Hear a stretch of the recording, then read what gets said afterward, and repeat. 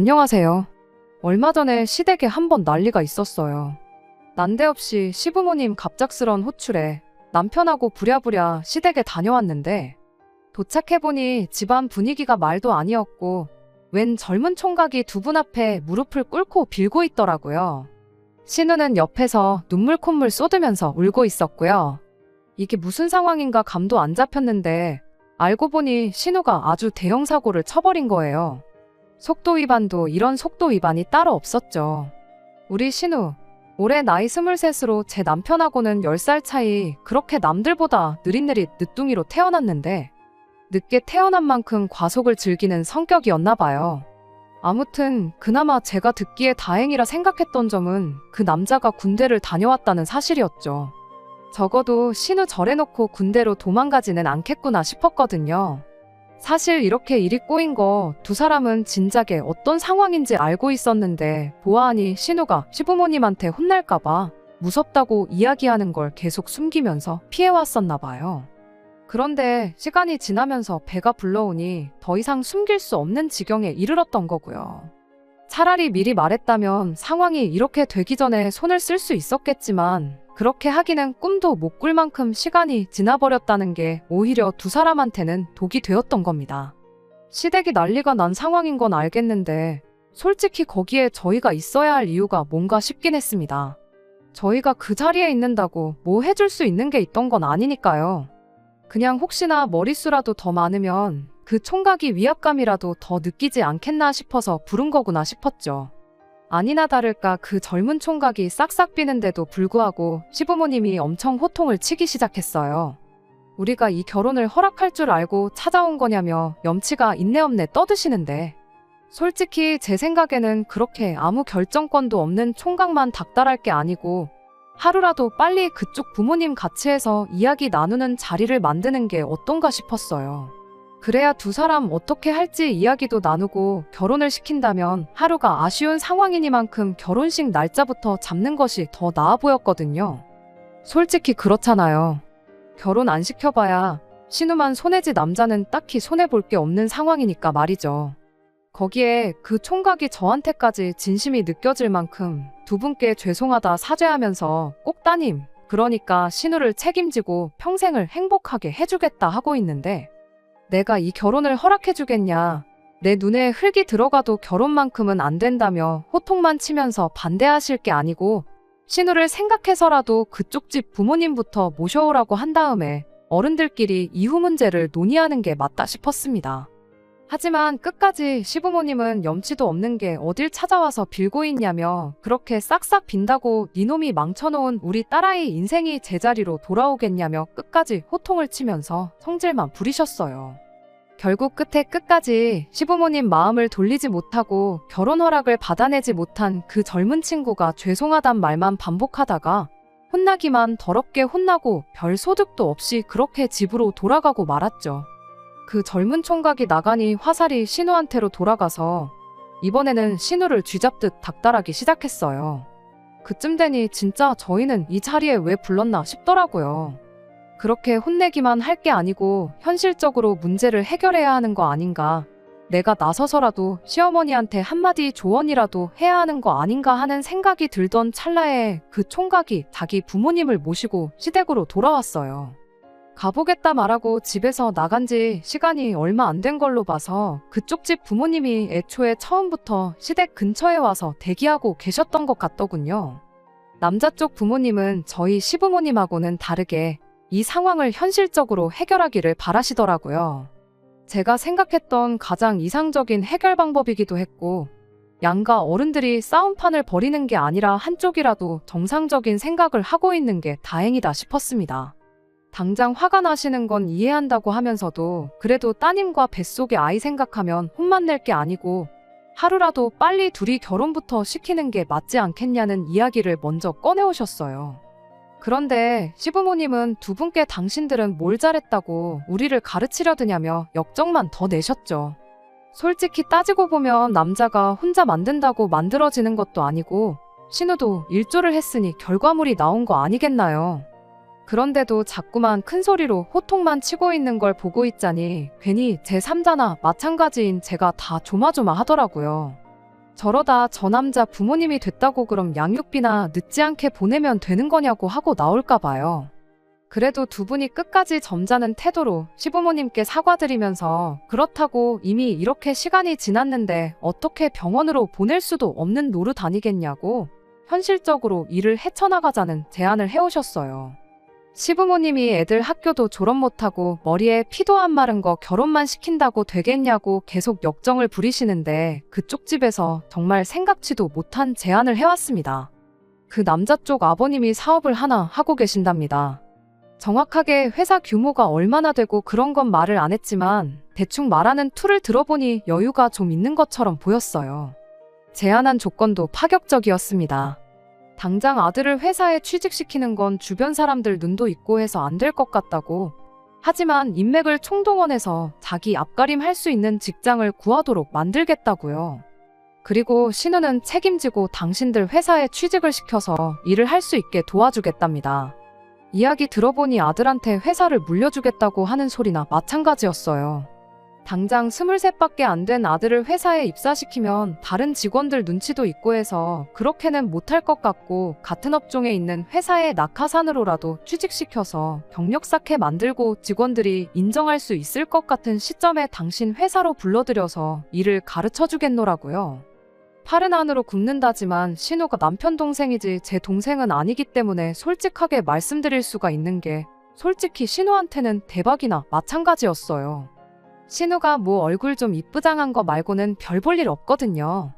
그런데 어차피 이렇게 된 거 23살 나이에 애엄마 되는 건 신우 청춘을 생각하면 안타깝지만 몇 년만 고생하면 사장 사모님 소리 들으면서 호강하며 살 수 있을 것 같은데 그리고 남자친구도 보아하니 사고는 쳤을지언정 끝까지 신우 책임지겠다 하고 시부모님께 사과드리고 있는 모습만 봐도 정신머리 하나는 제대로 박혀있는 친구처럼 보였거든요. 어디 길거리에서 칠렐레 팔렐레 하고 다니는 양아치 한량들보다야 훨씬 괜찮은 사람처럼 보였고 저부터가 시어머니한테 딴 생각하지 마시고 무조건 저 남자 잡아서 신우 시집 보내시라 조언을 해주고 싶은 지경이었어요. 처음에는 뱃속에 아이고 뭐고 신우는 머리 깎아서 내쫓아버리고 내 딸 앞길 망친 이 녀석은 평생을 두고 저주하겠다는 식으로 억지 부리면서 큰소리치던 시부모님도 막상 그쪽 집에서 신우 직장도 만들어주고 아들도 미래의 사장이 될 수 있게 그 밑바탕을 마련해주겠다는 제안을 듣고 나니 생각이 달라지셨나 보더라고요. 그러더니 누가 봐도 너무 속이 보이는 행동을 하기 시작했어요. 애들이 일자리만 생긴다고 해서 다 되는 거냐고 하면서 결혼하고 곧바로 애도 태어나는데 애 키우려면 둘이서 살 집도 필요하고 차도 필요하고 그런 거 아니겠냐는 말을 꺼내더라고요.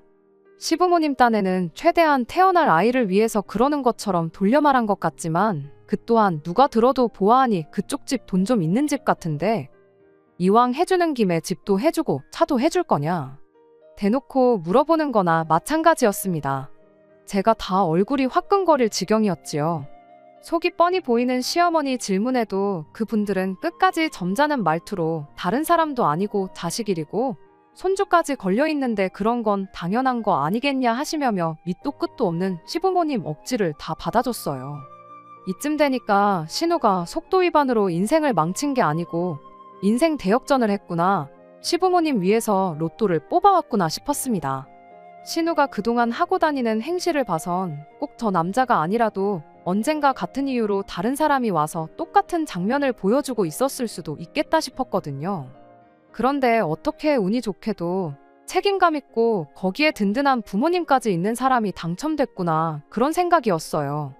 아무튼 그날은 그렇게 마지막에 가서 극적으로 이야기가 좋게 마무리가 되었습니다. 그 집 식구들이 돌아가고 나서 직전까지 있던 소란은 온데간데없고 한 5분 정도 집이 조용했어요. 불과 몇 분 전까지만 해도 신우 보고 정신 나갔냐, 머리 빡빡 밀어서 집에서 쫓아내버리겠다 하던 시어머니가 신우한테 넌지시 묻더군요. 그래서 그 집에 돈이 좀 있는 건 진짜냐고요. 대놓고 물어보는 시어머니도 대단했지만 돌아온 신우의 답 또한 대단했습니다. 잘 모르겠대요. 그냥 친구들하고 술 먹다가 합석해서 처음 알게 된 사람이고 그 후로 서너 번 만난 게 전부였대요. 저도 아직 제 나이가 30대 중반이긴 하지만 저 스스로 제 자신이 요즘 젊은 사람이라고 나름 열려있는 사람이라고 생각했는데 이런 데서 진짜 요즘 젊은 사람들과 저 사이의 세대 차이를 느끼게 될 줄은 생각도 못했습니다. 아무튼 그동안 몇 번 만나면서 돈 씀씀이 보면 아예 없지는 않은 것 같은데 확실히는 모르겠다는 게 신우의 대답이었어요. 그런데 난데없이 시어머니의 화살이 뜬금없이 불려온 저한테로 돌아오더라고요. 한다는 소리가 사업한다는 사람 말을 도통 믿을 수가 있어야지 하면서 저를 흘긋 쳐다보는 겁니다. 그 순간 저도 할 말은 많았지만 그냥 아무 말 않고 넘어갔어요. 어차피 더 떨어질 정도 없는 시어머니였는데 그마저도 사라질까 봐서 그냥 한 귀로 듣고 한 귀로 흘렸습니다.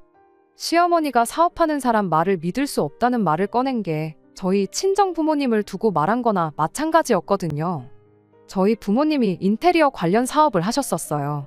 남편은 저희 부모님 때문에 처음 만나게 되었고요. 남편이 어쩌다 보니 저희 부모님 밑에서 아르바이트를 했는데 그때 저희 부모님이 남편을 엄청 좋게 보셨었어요. 그리고 요즘 저렇게 건실한 청년을 본 적이 없으시다며 남편을 소개시켜 주셨고요. 실제로 남편은 가진 건 없을지라도 사람이 참 좋았고 그게 인연이 다 결혼까지 하게 되었습니다. 결혼한 지는 벌써 5년이 되었어요. 저희가 20대 젊은 나이로 결혼을 하게 된 것도 다 이유가 있어요. 신우처럼 속도 위반으로 결혼한 건 아닙니다. 원래 저희 결혼하면서 친정 부모님이 당시 금전적인 여유가 되셔서 저희 신혼집도 마련해 주시기로 했고 내친 김에 남편도 후계자로 키워서 사업을 물려줘야겠다는 게 원래 계획이었거든요. 그런데 저희 결혼식 올린 직후부터 갑자기 아버지 사업이 원치 않은 방향으로 흘러가다가 결국 문을 닫게 되었어요. 살던 집이며 타고 다니던 자동차부터 해서 집에서 쓰던 숟가락까지 싹 다 정리해서 빚을 갚으셨고 그렇게 모든 걸 정리하고 고향으로 내려가시게 되었습니다. 그래도 저희 해준 신혼집만큼은 건드리시지 않았어요. 그거 정리했다면 고향으로 가시는 게 아니고 여기서 재기에 도전해 보실 수도 있었을 텐데 자식한테 줬던 걸 다시 가져갈 수는 없다며 거기까지는 하지 않으셨지요. 얼마 남아있지 않았던 대출은 제가 벌어서 제가 갚고 있고요. 바쁘게 사느라 그래도 아직 저랑 남편 사이에는 아이가 없고요. 그런데 이렇게 23 신우가 먼저 시부모님께 손주를 안겨드리게 될 줄은 생각도 못했네요. 아무튼 그렇게 저희 부모님 사업이 문을 닫게 되면서 남편을 후계자로 키운다는 말도 자연스럽게 없어지게 되었고 덕분에 저희 부모님 믿고 취직 안 하고 있던 남편이 새 직장을 구한다고 한동안 고생을 했었네요. 그리고 시부모님은 그 일을 가지고 마음에 두고 있던 거였어요. 사업하는 사람 말을 못 믿겠네 하면서 저를 쳐다보신 게 직접 언급은 하지 않아도 저희 부모님을 두고 이야기를 하는 거나 마찬가지였죠. 뭐 시어머니가 저러는 게 하루 이틀 일도 아니고 이젠 익숙해서 짜증도 안 나요. 쥐뿔도 없는 남편하고 결혼해서 신혼집 마련할 때 아무 걱정도 안 될 만큼 해줬으면 충분히 할 만큼 이상을 했다고 생각하는데 시어머니 딴에는 쥐뿔도 없는 아들이 세상에서 제일 잘난 아들이고 저희 집에서 그 잘난 아들 데려가기 위해 공수표를 날렸구나 생각하시는 거겠죠. 솔직히 남편한테도 실망을 많이 했어요. 시어머니가 대놓고 저러는 게 한두 번이 아닌데 어떻게 중간 역할 한 번 해준 적이 없거든요. 아무튼 중요한 건 이게 아니라 신우의 이야기니 저희 집 이야기는 여기까지만 하겠습니다. 아무튼 마지막에 가서는 시어머니 때문에 기분이 좀 상하긴 했지만 밑도 끝도 없이 시어머니 호출에 끌려와서 그냥 재미있는 아침 막장 드라마 한 편을 생중계로 봤구나 싶은 심정이었거든요. 그날은 물론이고 그 이후에도 이 신우이 주연의 막장 드라마 한 편이 제 인생에 그 어떤 영향을 끼칠 거라고 생각해 본 적은 단 한순간도 없었어요. 문제는 역시나 시어머니 때문에 시작되었습니다. 그 이후로 저랑 남편은 따로 참석을 안 해서 몰랐는데 이후로 나름 상견례도 하고 본격적으로 결혼 준비가 시작되었나 보더라고요. 신우가 배가 조금 많이 불러있던 상황이었던 것만큼 신우도 그렇고 그쪽 집도 그렇고 하루라도 빨리 서둘러서 결혼식을 올리고 싶었나 봐요. 신우도 하루라도 날씬하고 이쁠 때 결혼하고 싶을 테고 그쪽 집도 아들이 23 나이로 장가가는 게 속도 위반 때문이다 대놓고 광고하고 싶지 않았던 것 같고요. 그리고 그날 이야기 나눈 대로 신우는 정말 몸만 가면 되는 상황이었다 보니 그쪽 집에서 집이며 차며 해주기로 약속했던 것들을 알아서 준비를 했는가 보고요. 그런데 막상 해주기로 했던 것들이 시어머니 딴에는 썽에 차지 않았던 게 문제였습니다. 신우가 비록 생각은 없을지언정 시어머니처럼 욕심이 많은 사람은 아니었어요. 집이니 차니 그런 것도 잘 몰랐고요. 보아하니 신우는 해주는 것에 대해서 아무 불만이 없어 보였는데 그날 이야기가 쉽게 풀렸던 만큼 시어머니 딴에는 조금 더 푸시하면 원하는 대로 다 받아낼 수 있다고 생각을 했나 봅니다. 그쪽 집을 사돈이 아니라 무슨 금나와라 뚝딱하면 나오는 도깨비 방망이쯤으로 여겼던 거죠. 그러니 그쪽에서 미리 구해준 시세 3억 정도 하는 경기권 아파트도 마음에 안 들었고 3천만 원 하는 국산 중형차도 마음에 안 들었던 겁니다. 그렇게 며칠 전 시어머니가 또 난데없이 저희를 호출해 왔어요. 신우 결혼 때문에 저희들 도움이 필요하다고 하는데 보아하니 또 머릿수 채우는데 필요해서 우리를 부르시는구나 싶었습니다. 그때는 그저 우리 시어머니가 또 무슨 재미난 막장 드라마 한 편을 구경시켜 주시려나 싶었어요. 실제로 그 자리에서 그 과정 자체는 정말 구경하는 맛이 있었고요. 시댁에 도착하니 아직 그쪽 집 사람들은 도착을 안 한 상황이었습니다. 역시나 시어머니, 머릿수 때문에 저희를 부르셨던 거였지요. 무슨 이야기가 나오건 간에 우리한테 유리한 쪽으로 이야기하고 중간중간 추임새도 한 번씩 잘 넣어달라고 부탁을 하더라고요. 그리고 이번에는 나름 그쪽 집 식구들 오기 전에 저희한테 먼저 어떻게 하는 게 좋을지 조언도 구하셨어요. 조언이라고 해봐야 저한테는 아무것도 묻지 않았고 남편한테 하나 물어본 게 다긴 했지만요. 질문은 요즘 차가 어딨게 좋냐는 질문이었습니다. 국산 중형차는 요즘 개나 소나 다 타고 다니는 건데 폼이 안 나지 않겠느냐. 그리고 어쩌다 우리가 빌려 탈 수도 있을 텐데 요즘 폼나고 좋은 차가 뭐 있는지 좀 알려달라 남편한테 물으시더라고요. 남편은 그런 시어머니 질문에 몇 년 전부터 자기가 타고 싶어 하던 국산 프리미엄 대형차 이름을 댔어요. 그러더니 시어머니한테 혹시 나도 가끔 빌려 탈 수 있겠느냐 묻길래 제가 남편 허벅지 한번 꼬집고 주책 좀 부리지 말라고 한마디 했죠. 시어머니는 그래도 1억은 넘는 차를 타고 다녀야 남들한테 자랑도 좀 하고 그러지 않겠냐며 외제차 좋은 거 알고 있는 거 없냐고 또 물으시더라고요. 남편은 기어이 그 차를 빌려서라도 한번 타고 싶은 생각이었는지 외제차 이름을 대는 대신에 그 차의 장점에 대해서 열변을 토했습니다. 그 차가 요즘 젊은 사람 어른들 두루두루 다 선호하는 차고 옵션 이것저것 다 넣으면 1억 정도 할 거다 하면서 말이죠. 1억은 넘는다는 말에 시어머니가 만족했는지 그럼 차는 그 정도로 하면 되겠다고 한마디 하시곤 이어서 신우한테 질문을 하셨어요. 얼마 전 계약했다는 그 집은 가봤냐고요. 신우는 가봤는데 지은 지 몇 년 안 돼서 깨끗하고 평수는 좀 작기는 한데 단지에 바로 학교며 유치원이며 다 붙어 있어서 좋아는 보이더라 대답을 했습니다. 제가 보기에는 신우가 나름 만족해하는 것 같은데 시어머니가 신우한테 사람이 그렇게 쉽게 만족하면 안 된다. 욕심이 있어야지 발전이 있는 법이라며 신우한테 인생의 교훈을 전수해주고 있었어요. 보아하니 해준다는 집도 차도 마음에 안 드니 더 좋은 걸로 해주시라 요구하시려는 것처럼 보였습니다. 저희를 부른 것도 이런 식으로 협상을 하는 자리에선 내 편이 많아야 유리하게 흘러가지 않겠나 생각하셨던 것 같아요. 그러니 옆에서 추임새 좀 넣어봐라 그런 부탁을 하셨던 걸 테고요. 그러던 중 남자 쪽 식구들이 시댁에 도착을 했습니다. 무슨 일로 이렇게 온 가족을 보자고 하시냐 하는 걸 보니 앞으로 펼쳐질 이야기는 모른 채 영문도 모르고 만나자고 해서 나오신 것 같아 보였어요. 아니나 다를까 시어머니가 대본의 본론부터 꺼내시더군요. 사돈은 태어날 손주가 별로 이쁘지 않으신 것 같다면서 말이죠. 그쪽 집 분들 표정을 보니 시어머니가 어떻게 나오시려는지 대충 감은 잡은 듯 보였습니다. 사업하시는 분들이라는데 그 정도 눈치는 당연히 있으셨겠죠. 누가 봐도 시어머니가 뭘 더 요구할 것처럼 보였으니 말입니다. 대번에 그게 무슨 말씀이시냐고. 애들 결혼하는데 집도 해주고 차도 해주고 결혼 비용도 전부 다 해주고 방금까지만 해도 계약해놓은 집에 살림살이 채워넣을 거 보고 계셨다며 이만큼을 해주는데도 왜 그런 생각을 하시냐고 시어머니가 다른 말을 못 꺼내도록 선수를 치면서 대답을 해오셨어요. 시어머니도 그쪽에서 이렇게 나올 줄 어느 정도 예상은 하고 계셨는지 이미 대비를 다 하고 있었다는 투로 자연스럽게 질문을 이어갔습니다. 요즘 같은 저출산 시대에 이렇게 애부터 낳고 결혼하는 애들이 또 어디 있겠냐. 애들이 나이도 어리고 그만큼 앞으로 셋넷은 더 낳을 수 있는데 집도 너무 좁고 차도 너무 작은 거 아니겠냐며 애들이 행복하게 살면서 애국도 할 수 있게 이왕 쓰시는 거 조금만 더 쓰시는 게 어떻냐고요. 밑도 끝도 없는 말도 안 되는 질문에 그쪽 부모님 안색이 곧바로 어두워지는 게 약간 역시나 올 게 왔구나 하는 표정이었습니다. 시어머니는 당신이 기세를 탔다고 생각했는지 곧바로 질문을 이어가셨죠.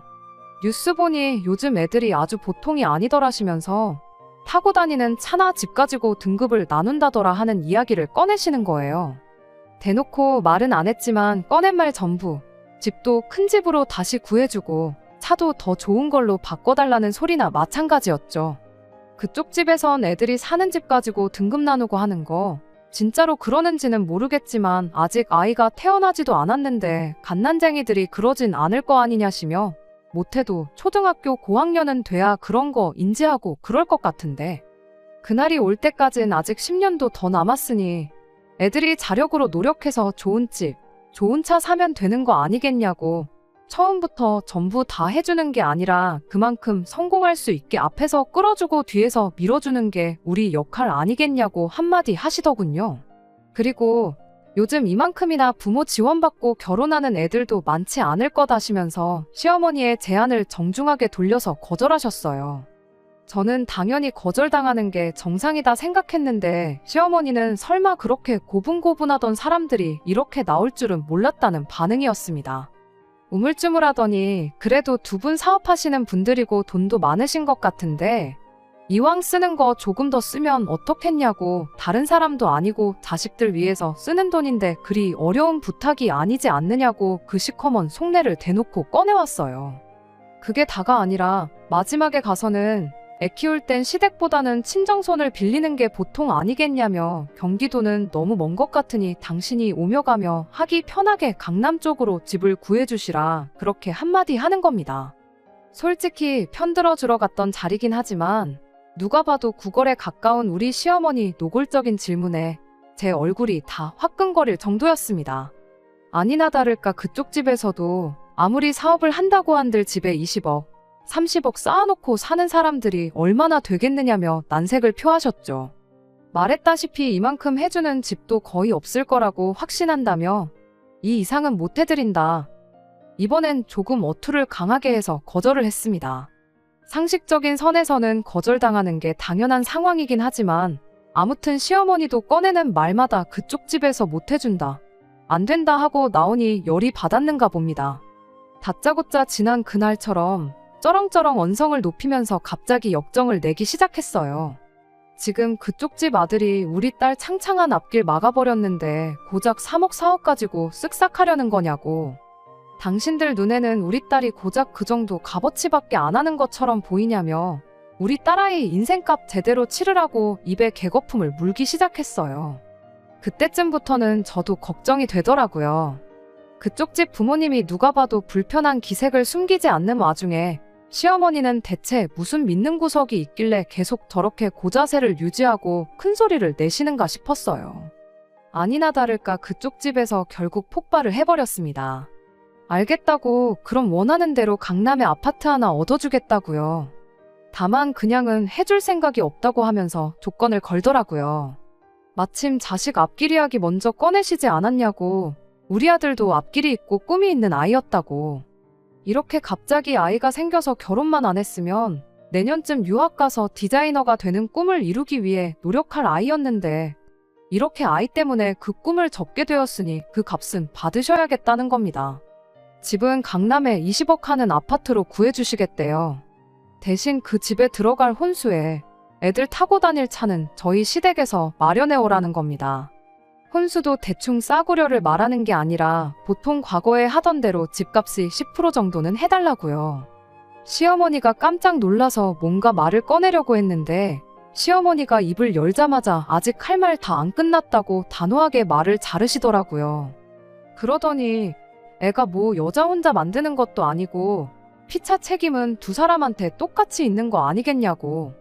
강남에 20억 집 해올 테니 혼수로 2억 채워주고 애들 타고 다닐 차 1억 해오시라. 세상 그 누구한테 물어도 절대로 우리한테 더 불공평하지. 그쪽 집에 불공평한 거 하나도 없는 조건이다 하고는 절대 양보할 생각 없으니 더 이상 애들 결혼에 대해서는 아무 말 나오지 않으면 좋겠다고 단호하게 한마디 하시더군요. 이렇게 못하겠거든 그냥 애들 결혼은 없던 일로 하고 양육비로 한 달에 100만 원씩 도의적인 책임만 다하겠다고, 그리고 애들한테 쓰려던 돈은 내 아들 유학 보내주고 공부시켜주고 하는 데만 쓸 테니 그렇게 아시라 말하고, 이야기 더 나눌 것도 없으니 가보겠다 한마디 하고 폭풍같이 할 말 몰아쳐서 쏟아내고는 이내 돌아가셨어요. 딱 봐도 우리 시부모님 하고 사는 꼴을 보아하니 3억은커녕 당장 3천만 원도 융통하기 힘들어 보이는 게 사이즈가 딱 나왔던 거겠죠. 시어머니는 그쪽 집 사람들 떠나간 현관문만 멀뚱멀뚱 바라보고 계셨고요. 그리고 거기까지는 제가 기대했던 대로 지난번하고는 비교도 안 될 만큼 재미있는 드라마의 한 장면이나 마찬가지였어요. 내색은 안 했지만 속으로 엄청 흥미진진해 하고 있었는데 이번에도 저번처럼 화살이 저한테 돌아왔습니다. 그쪽 생각이 틀린 게 없던 게 당장 시어머니가 그쪽에서 요구하는 3억을 해올 재간은 없었습니다. 어떻게 해야 그 큰 돈을 마련해 올 수 있을까 하는 와중에 시어머니가 저를 보더니 니네 집을 팔면 되겠구나 하면서 무슨 엄청난 발견을 한 사람 마냥 신이 나서 저한테 한마디를 하는 거예요. 저한테는 아닌 밤중에 날벼락 같은 소리였죠. 얼마 되도 않는 월급으로 남은 대출 갚는다고 까불지 말고 그냥 이참에 니네 집 정리하고 저희는 시댁에 들어와서 살라는 소리를 아무렇지도 않게 하시는 거예요. 남편도 그게 무슨 말씀이시냐고 시어머니한테 말도 안 되는 소리 하지 마시라 한마디를 했어요. 그랬더니 시어머니가 한다는 말이 계산을 조금만 해보면 절대 손해보는 장사가 아니고 그때가 되면 당신이 어련히 우리도 한몫 챙겨줄 테니 걱정 말라는 소리를 꺼내는 겁니다. 무슨 말인가 했더니 일단 신우 결혼부터 시키자는 소리였어요. 저희 집 팔아가지고 그쪽에서 해오라는 조건 맞춰주는 건 투자라고 생각하라고요. 일단 그렇게 결혼시켜서 5년 뒤에 신우를 이혼시키면 모든 게 해결된다는 겁니다. TV에서 보니까 집에서 애만 키워도 5년 넘게 같이 살면 절반은 재산 분할 받을 수 있는 것 같다더라 하면서요.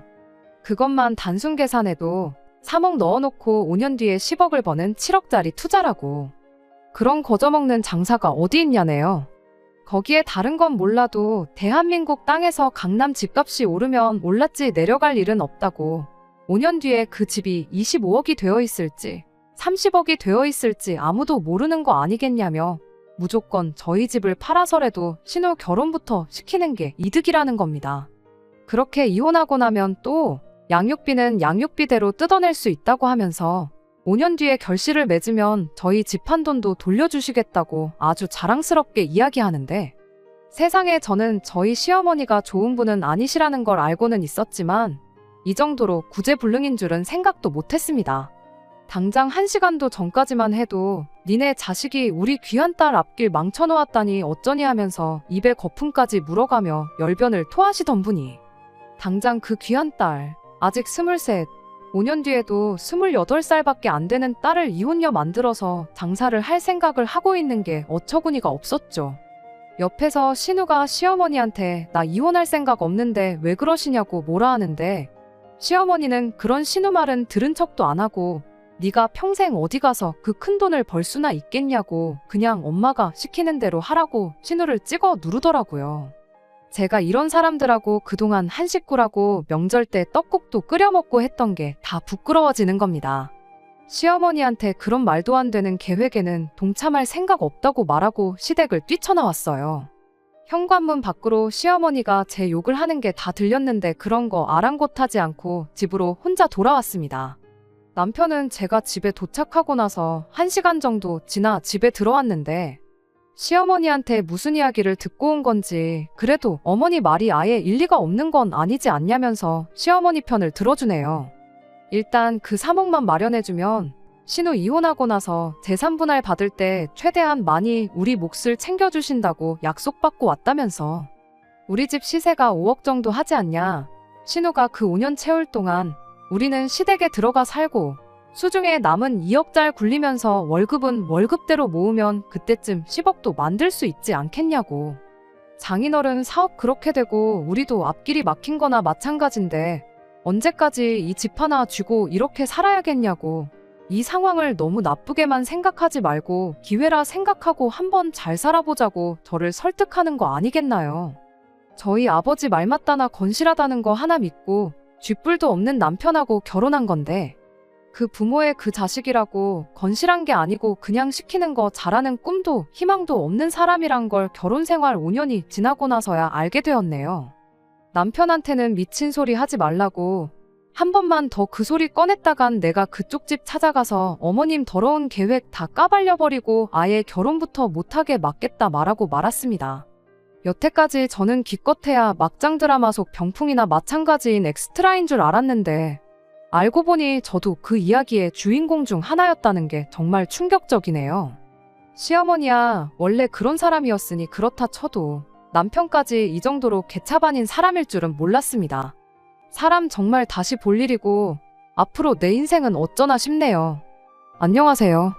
일전에 속도 위반한 신호 때문에 사연 보냈던 사람입니다. 이렇게 많은 관심을 받게 될 줄 몰랐고 관심받은 만큼 어떻게 마무리가 되었는지 알려드리는 게 도리인 것 같아 다시 사연을 보내게 되었네요. 알고 보니 남편이 더러운 시어머니 계획에 동참하라고 했던 게 끝이 아니었어요. 제가 거절하고 며칠 지나서 남편이 저한테 이혼 이야기를 꺼내왔거든요. 시어머니 이론에 의하면 저희도 결혼 생활 5년 했으니 암만 남편이 저희 집에 땡전 한 푼 안 보탰어도 재산 분할 절반 받아갈 수 있다는 생각이었나 봐요. 대출이 남아있긴 하지만 거의 다 갚아가는 상황에 저희 집 시세가 5억 정도 했으니 계산상 절반 재산 분할 받아가면 2억 5천이란 소리잖아요. 그럼 5천 정도는 시어머니가 어떻게든 마련을 할 수 있다는 생각이었나 봐요. 솔직히 남편이 그 이야기 꺼냈을 때 앞불싸 싶었고 재산 분할 해주기 싫어서라도 신우 이혼시켜서 한몫 챙길 더러운 계획에 동참을 해야 하는 거 아닌가 싶었습니다. 집이라는 인질이 잡혀있으니 그쪽 집에 가서 시어머니 더러운 계획을 떠벌릴 상황도 못 되었던 거고요. 그런데 정말 생각보다 일이 쉽게 해결됐어요. 혹시나 싶어서 변호사 사무실 찾아가 이 상황을 이야기했더니 남편분이 재산 형성에 기여한 바가 하나도 없는 것 같은데 그 경우에는 결혼 생활을 몇 년을 했던 간에 재산 분할을 안 해줘도 된다는 이야기를 들었거든요. 그 이야기는 못 들은 척하고 남편하고 이혼했어요. 재산 분할 합의에 실패하고 전전긍긍하던 시어머니와 남편 표정이 아직도 생생하고 그거 생각하면 속이 다 후련하네요. 시댁에서 로또라도 되지 않는 한 그 돈을 마련할 방법이 없어 보이긴 했지만 혹시 모르는 일이니 그쪽 집 찾아가서 시어머니 더러운 계획을 전부 말해줬습니다. 당연한 이야기겠지만 신우 결혼은 그 길로 물거품이 되었지요. 그 집 아들이 그래도 신우랑 결혼하고 싶은 마음은 진심이라고 그냥 결혼시켜주시면 안 된다고 헛물을 키길래 그동안 병풍처럼 구경만 하던 저도 나서서 그 집 아들을 뜯어말렸어요. 지금 내 꼴 보면 모르겠냐고 당장 신우 뱃속의 아이 생각하면 이게 맞는 것 같겠지만 나중 가면 분명히 후회할 거라고요. 그런데도 끝까지 결혼하겠다고 쇠고집을 부리는데 그쪽 집 부모님이 결혼할 거면 하라고 대신 땡전 한 푼 도와줄 생각 없으니 네 인생은 네가 책임져라 한마디 하더군요. 나중에 그쪽 집에서 연락받고 알게 되었는데 진짜로 그 집 아들이 신우 평생 책임지겠다고 혼자 몸으로 쳐들어가서 결혼시켜달라고 싹싹 빌었답니다. 그런데 시어머니 입장에서는 땡전 한 푼 없이 책임져야 할 입이 하나 더 늘어나는 상황이 달갑지 않았는지 시어머니 선에서 거절당했대요. 결혼할 생각 말고 양육비나 늦지 않게 보내달라고 했다나요. 애아빠가 된다는 책임감에 결혼을 하겠다던 신우 남자친구도 그때 시어머니한테 한번 또 데이고 정신을 차렸는지 이제는 부모님한테 결혼 못하게 뜯어말려줘서 감사하다 말하고 자기 꿈 이루겠다고 지금은 유학 준비 중이랍니다. 남편하고 시댁에도 여지껏 말 안 한 게 하나 있는데 더 숨길 필요 있겠나 싶어서 숙려기간 끝나고 이혼 신고하려고 남편을 다시 만나는 날에 알려줬어요. 남편이 평생을 두고 타고 싶어 하던 그 차를 타고 남편을 만나러 갔습니다. 신차는 출고되기까지 시간이 걸려서 억지로 중고차를 사야 하긴 했지만 아니나 다를까 남편이 그 차를 보고는 두 눈이 휘둥그레지더라고요. 딱 봐도 네가 돈이 어디 있어서 이 차를 타고 나왔냐는 표정이었는데 저희 친정아버지 사업이 망해서 낙향하신 것까진 사실이었어요. 평생을 두고 하신 일이 그쪽 일이다 보니 고향에 내려가셔서 있는 돈 없는 돈 탈탈 털어서 똑같은 사업을 시작하셨고요. 처음에는 조금 헤매셨는데 때마침 코로나 터지면서 리모델링 경기가 엄청 활발했던 때가 있었거든요. 요 근래는 경기도 안 좋고 자재값도 올라서 그때만큼 되는 건 아니지만 그때 이미 벌만큼 버셔서 완전히 재기에 성공하신 상황이었고요. 그리고 그때 아버지가 사위, 그러니까 남편하고 한 약속 지키겠다며 몇 년 더 벌고 서울에서 다시 사업을 시작하겠다고 하셨는데 제가 시어머니 돈 밝히는 성격 보고 그냥 우리 집 먹고 살만해졌다는 거 모르게 하는 게 약이겠구나 싶어서 그러지 말자고, 그리고 두 분 노후만 신경 쓰시라고 했었거든요. 남편에게는 저희 집에 대해서 거짓말을 한 거나 마찬가지였지만 우리 집 망하고 남편이 시어머니 눈치 본다고 처가에 하나도 신경 안 쓰고 대출도 내 돈으로만 갚게 하고 지 돈은 버는 족족 시댁에 퍼다 날랐는데 오히려 그렇게 숨긴 게 지금에 와서는 약이 되었네요. 당신도 그렇고 당신 어머니도 그렇고 황금알을 낳는 거위 배를 가르는 재주만큼은 따라올 사람이 없는 것 같다고 한마디 했는데 그때 정말 속이 얼마나 시원했는지 몰라요. 어떻게든 시댁이나 남편 도움 없이 살아보겠다고 아둥바둥 애 없이 살아온 것도 다행이다 싶네요. 곧 태어날 신우 아이 생각하면 불쌍하긴 하지만 인생사 사필귀정이라고, 거기서 욕심 안 부리고 신우 행복만 바라주셨다면 시어머니한테도 좋은 일이 있었을 거라고 생각해요. 잘못한 사람이 잘못한 만큼 합당한 벌을 받는 거 어찌 보면 당연한 일 아니겠나요? 제발 시어머니나 남편이 그걸 깨닫고 앞으로나마 신우나 신우 아이가 좋은 길로 갈 수 있게 옳은 결정을 내리는 사람이 되면 좋겠네요. 저 또한 이번 일을 교훈 삼아 항상 옳은 길만 걷는 그런 사람이 돼야겠습니다. 끝까지 들어주셔서 감사합니다. 오늘의 사연은 여기까지입니다. 구독과 좋아요, 알람 설정 부탁드리고 더 좋은 사연으로 다시 찾아뵙겠습니다. 감사합니다.